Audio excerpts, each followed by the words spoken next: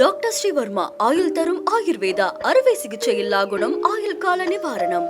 இன்றைய தலைப்புச் செய்திகள். மகாராஷ்டிரா துணை முதலமைச்சர் அஜித் பவார் காலமானார்.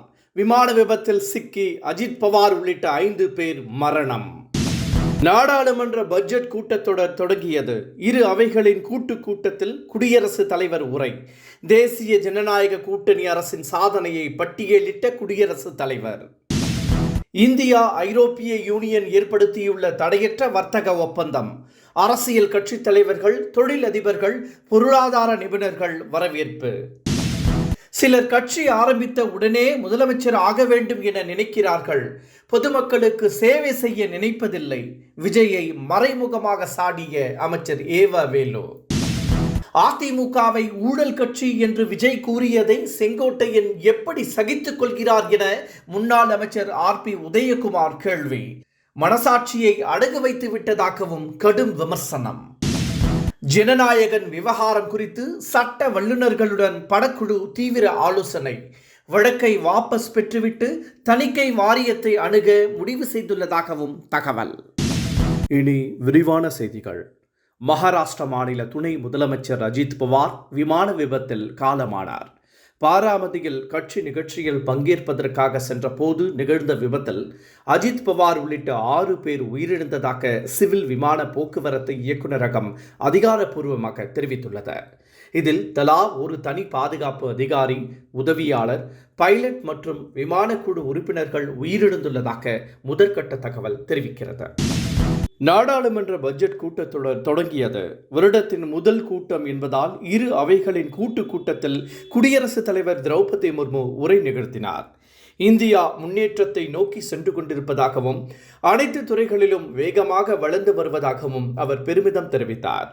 நாடாளுமன்ற பட்ஜெட் கூட்டத்தொடர் ஏப்ரல் மாதம் வரை 2 கட்டங்களாக நடைபெறுகிறது. குடியரசுத் தலைவர் உரையின் மீது விவாதம் நடைபெற்று பிரதமர் பதிலுரை வழங்குகிறார். வரும் 1ஆம் தேதி மத்திய பட்ஜெட்டை மத்திய நிதியமைச்சர் நிர்மலா சீதாராமன் தாக்கல் செய்கிறார். 2ஆம் தேதி முதல் 4ஆம் தேதி வரை குடியரசுத் தலைவர் உரை மீது விவாதம் நடைபெறுகிறது. இந்தியாவும் ஐரோப்பிய யூனியனும் ஏற்படுத்தியுள்ள தடையற்ற ஒப்பந்தம் சர்வதேச அளவில் மிகப்பெரிய தாக்கத்தை ஏற்படுத்தியுள்ளது. இந்தியாவில் அரசியல் கட்சி தலைவர்கள், தொழிலதிபர்கள் உள்ளிட்ட பல்வேறு தரப்பினரும் இதற்கு வரவேற்பு தெரிவித்துள்ளனர். இந்தியா ஐரோப்பிய யூனியனின் தடையற்ற ஒப்பந்தத்தின் மூலம் இந்திய பொருட்களுக்கான ஏற்றுமதி வரி 99% வரை நீக்கப்படும். இதன் மூலம் ஏற்றுமதி மட்டுமல்லாமல் உற்பத்தி தொழிலும் வளர்ச்சியடையும். குறிப்பாக பின்னலாடை, ஜவுளி உற்பத்தி உள்ளிட்டவை புதிய உற்சாகம் பெறும். சிலர் கட்சி தொடங்கியதும் முதலமைச்சராக வேண்டும் என்ற கனவிலேயே மிதப்பதாக நடிகர் விஜயை அமைச்சர் ஏவா வேலு மறைமுகமாக சாடியுள்ளார். கட்சி தொடங்குபவர்கள் மக்கள் சேவையாற்ற நினைப்பதில்லை என்றும் அவர் காட்டமாக தெரிவித்துள்ளார்.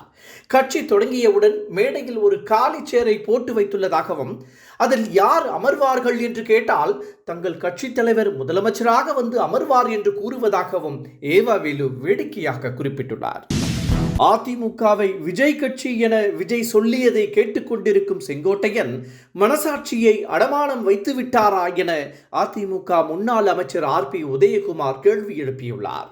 எம்ஜிஆர், ஜெயலலிதாவுடன் பயணித்த செங்கோட்டையன், கூப்ப கிருஷ்ணன் போன்றவர்கள் விஜய் பேசுவதை எப்படி கேட்டுக்கொண்டிருக்கிறார்கள் என்றும் அவர் காட்டமாக கேள்வி எழுப்பியுள்ளார்.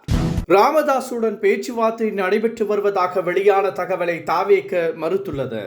அதிமுக திமுக கூட்டணியில் நுழைய முடியாத நிலையில் உள்ள ராமதாஸ் தாவேகாவுடன் பேச்சுவார்த்தை நடத்தி வருவதாக கூறப்பட்டது.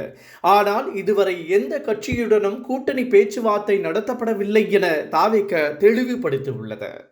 தங்கத்தின் விலை இன்று மீண்டும் கடுமையாக உயர்ந்துள்ளது.